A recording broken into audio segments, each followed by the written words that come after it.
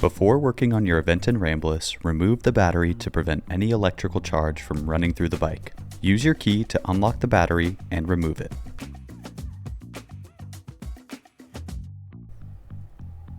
Remove the drive side crank bolt with an 8mm hex wrench. Turn it counterclockwise. Thread in the crank puller to the crank arm. Thread in the crank puller until it stops. Begin to turn the inner stud by turning the outer handle clockwise to press the crank off of the spindle.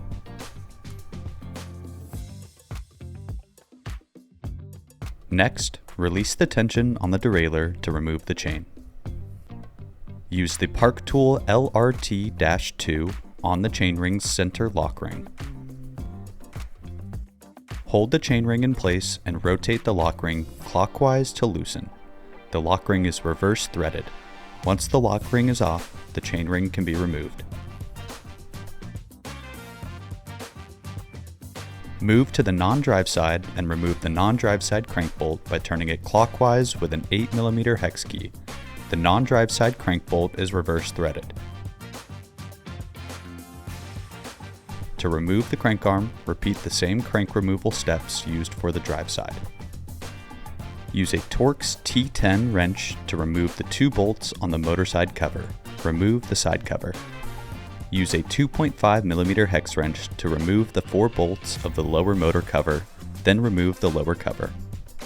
Use a Torx T40 wrench to remove the 6 bolts that mount the motor to the frame.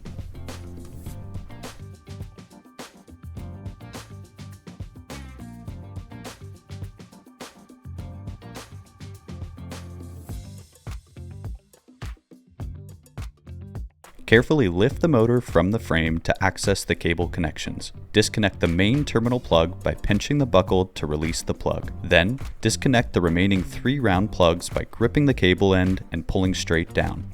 Lift out the motor with both hands. Locate the white plug connector and disconnect it. Use a 3mm hex wrench to remove the 2 bolts that hold the terminal as well as the support battery cover. Remove the terminal.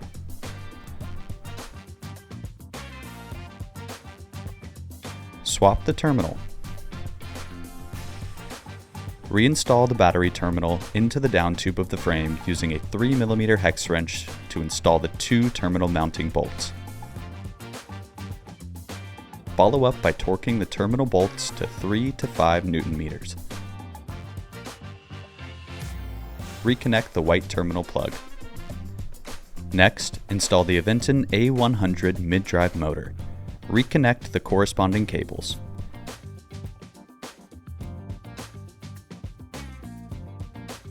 Make sure the colors correspond, the arrows align, and the plugs snap into place.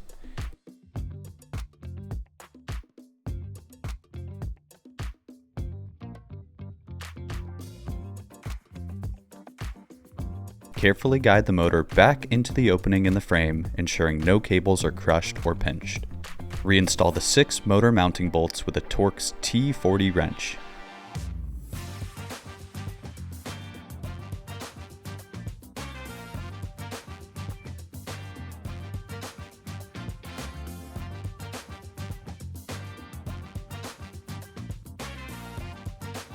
Pre-thread all 6 bolts and then fully tighten each with a torque of 20 to 25 Nm.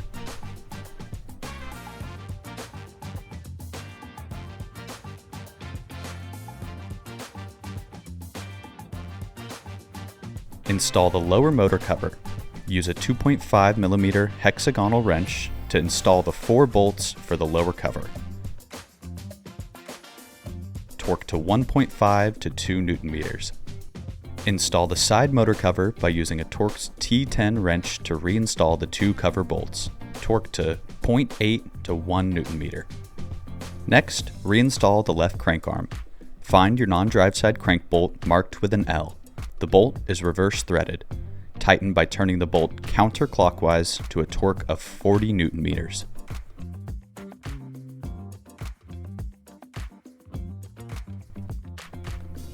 Reinstall the chainring lock ring using your Park Tool LRT-2. Apply a small amount of grease to the lock ring threads and thread it on by hand. The lock ring is reverse threaded. Tighten by turning the lock ring counterclockwise. Hold the chainring firmly with your left hand and do not let it rotate. Fully tighten the lock ring to a torque of 30 Newton meters. Install the chain onto the chainring.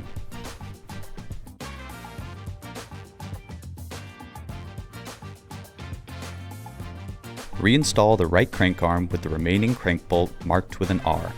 Ensure to position the crank arm 180 degrees opposite the other crank arm's orientation.